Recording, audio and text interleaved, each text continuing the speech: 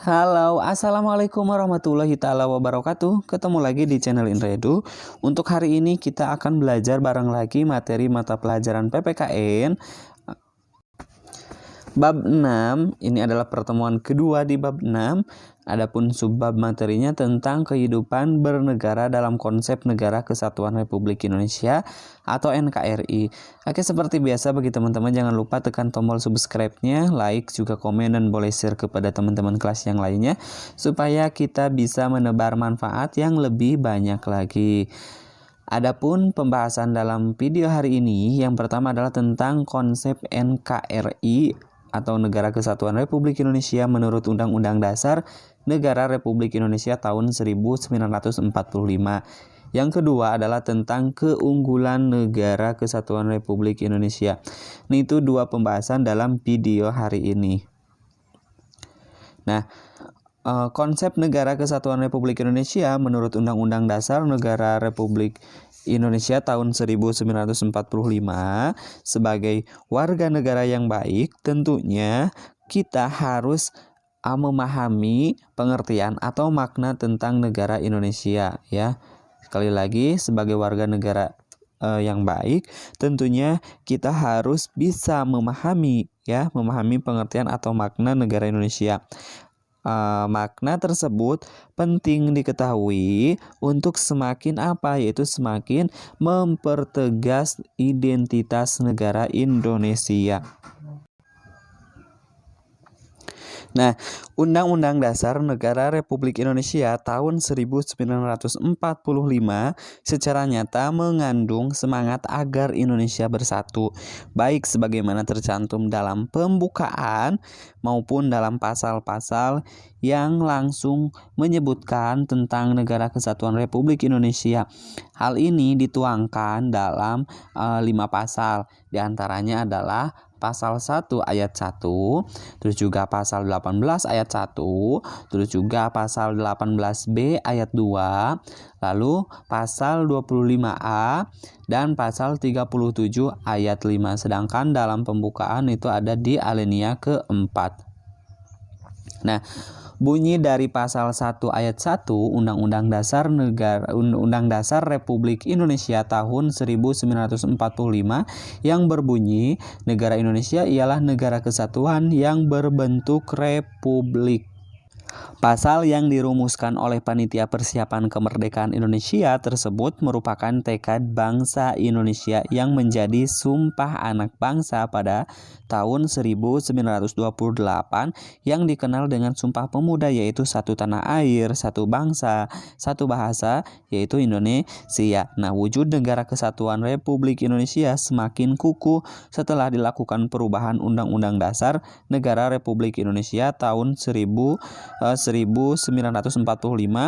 Perubahan tersebut mulai dari adanya ketetapan Majelis Permusyawaratan Rakyat yang salah satunya adalah tidak mengubah pembukaan Undang-Undang Dasar Negara Republik Indonesia tahun 1945 dan tetap mempertahankan Negara Kesatuan Republik Indonesia sebagai bentuk final negara bagi bangsa Indonesia. Nah, kesepakatan tersebut yaitu untuk tetap mempertahankan bentuk negara kesatuan didasari pertimbangan bahwa negara kesatuan adalah bentuk yang ditetapkan sejak awal berdirinya negara Indonesia. Nah, bentuk negara kesatuan dipandang paling tepat untuk mewadahi ide persatuan sebuah bangsa yang majemuk ditinjau dari berbagai latar belakang, atau dasar pemikiran. Nah, yang selanjutnya adalah Pasal 18 ayat 1 berbunyi, Negara Kesatuan Republik Indonesia dibagi atas daerah-daerah provinsi, dan daerah provinsi itu dibagi atas kabupaten dan kota. Dan tiap-tiap provinsi, kabupaten, dan kota itu mempunyai pemerintahan daerah yang diatur dengan undang-undang. Sedangkan Pasal 18B ayat 2 berbunyi, negara mengakui dan menghormati kesatuan-kesatuan masyarakat hukum, adat beserta hak-hak tradisionalnya sepanjang masih hidup dan sesuai dengan perkembangan masyarakat dan prinsip Negara Kesatuan Republik Indonesia yang diatur dalam undang-undang. Nah, sedangkan bunyi dari pasal 25A berbunyi, Negara Kesatuan Republik Indonesia adalah sebuah negara kepulauan yang berciri Nusantara dengan wilayah dan yang batas-batas dan hak-haknya ditetapkan dengan undang-undang.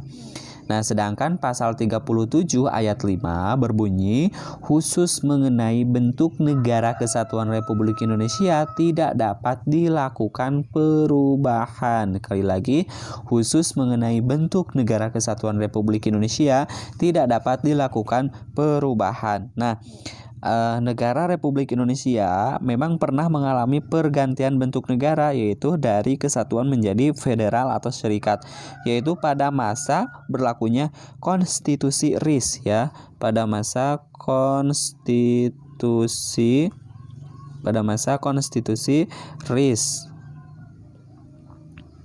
Pada masa konstitusi RIS, yaitu pada tanggal berapa? Tanggal 27 Desember 1949 sampai dengan 17 Agustus 1950. Perubahan tersebut sebagai konsekuensi dari kesepakatan yang terjadi dalam KMB, Konferensi Meja Bundar, KMB ya, Konferensi Meja Bundar. Akan tetapi, bentuk negara tersebut tidak bertahan lama. Hal ini menunjukkan bagi bangsa Indonesia, konsep negara federalisme atau serikat tidak cocok diterapkan di negara kita ya. Nah, kesimpulannya bahwa negara Indonesia adalah negara kesatuan berbentuk republik ya, yang wilayahnya merupakan kesatuan dari ribuan pulau yang terletak di antara Samudra Pasifik dan Samudra Hindia serta di benua Asia dan benua Australia. Nah, yang kedua, keunggulan Negara Kesatuan Republik Indonesia. Negara Indonesia memiliki berbagai keunggulan. Keunggulan-keunggulan tersebut menurut Dadang Sundawa ya, ini dalam buku mata pelajaran PPKN, buku paket mata pelajaran PPKN, diantaranya adalah sebagai berikut. Yang pertama, jumlah dan potensi penduduknya yang cukup besar. Maksudnya apa? Yaitu menempati urutan keempat di dunia setelah RRC, terus juga India dan Amerika Serikat.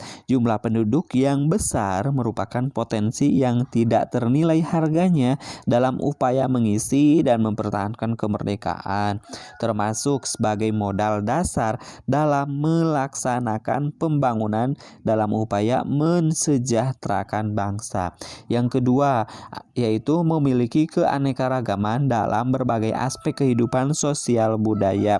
Maksudnya seperti apa? Itu seperti adat istiadat, bahasa, agama, kesenian, dan sebagainya.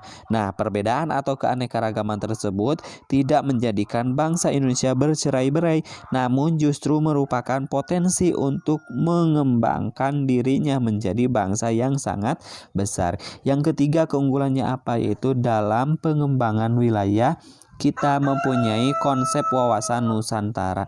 Maksudnya apa? Yaitu sekalipun terdapat berbagai keanekaragaman, namun prinsipnya kita tetap satu pandangan, yaitu memandang bangsa Indonesia sebagai satu kesatuan ideologi, politik, ekonomi, sosial, budaya, dan hankam.